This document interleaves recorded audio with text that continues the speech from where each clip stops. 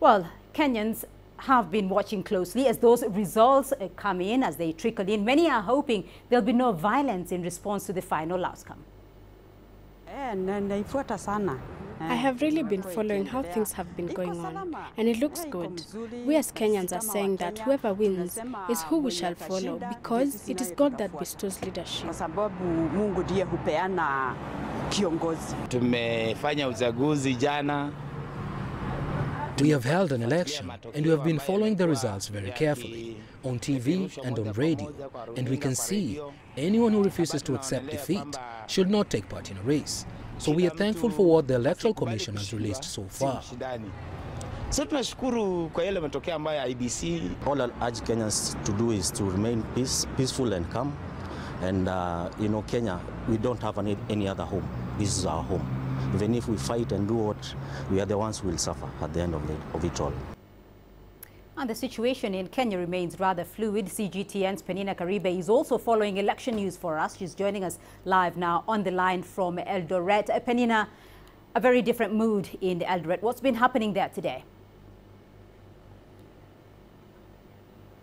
Well, Beatrice, Eldoret was in a carnival mood today. Huge crowds turned out in the central business district as well as the constituency tallying center, celebrating what they said was a Jubilee win. Now, the celebration was largely centered around the gubernatorial candidate, the Jubilee gubernatorial candidate, but they also said this was not so much just for gubernatorial, but it was an all-round complete win for Jubilee, because they said it could not have been complete without a presidential Jubilee win. Now, what we saw was crowds pouring out as early as 10 this morning, most of them wearing Jubilee Party t-shirts. They had garlands around their necks.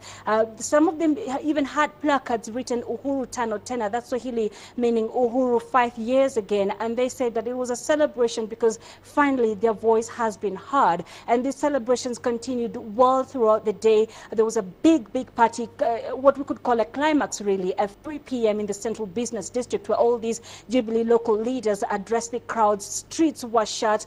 Beatrice, vehicles were at a standstill. Really, it was just a sea of humanity in Eldoret town. Celebrations all over, and they said that this would continue well into the night tonight.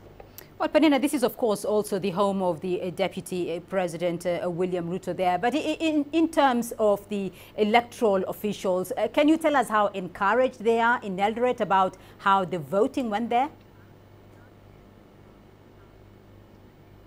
Well, I spoke to some IEBC officials late this afternoon, and they said that for them, this was a huge success compared to other previous elections that Kenya has had. And they attributed this mainly to the investments on the systems that they were using for elections. Now, they explained that, for instance, the transmission system did not at any one time fail, like we saw in 2013 when the BVR kits could not transmit the results and had to be done manually. They said this withstood the test of time. In Eldoret, for instance, I can tell you a bit. It rained really hard last night, and they said this did not in any way interfere with that electronic transmission. Now, another thing they were saying was that every stream in each polling station was automatically capped at 700, and this was deliberate to ensure that there would be no congestion in these polling stations. And they say so far that actually did live up to the bill. Now, they also said that these kits came fully equipped with a system that would detect a voter who would, for instance, attempt to vote twice. That if anybody did attempt to vote twice, then there would be this system or an alert, really, that would go off, alerting the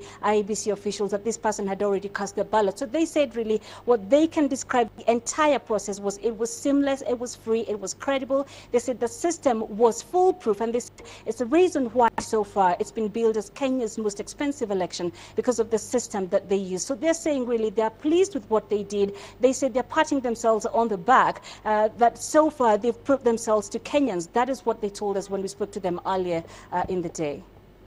All right, Penina Karibe joining us there live from Eldoret.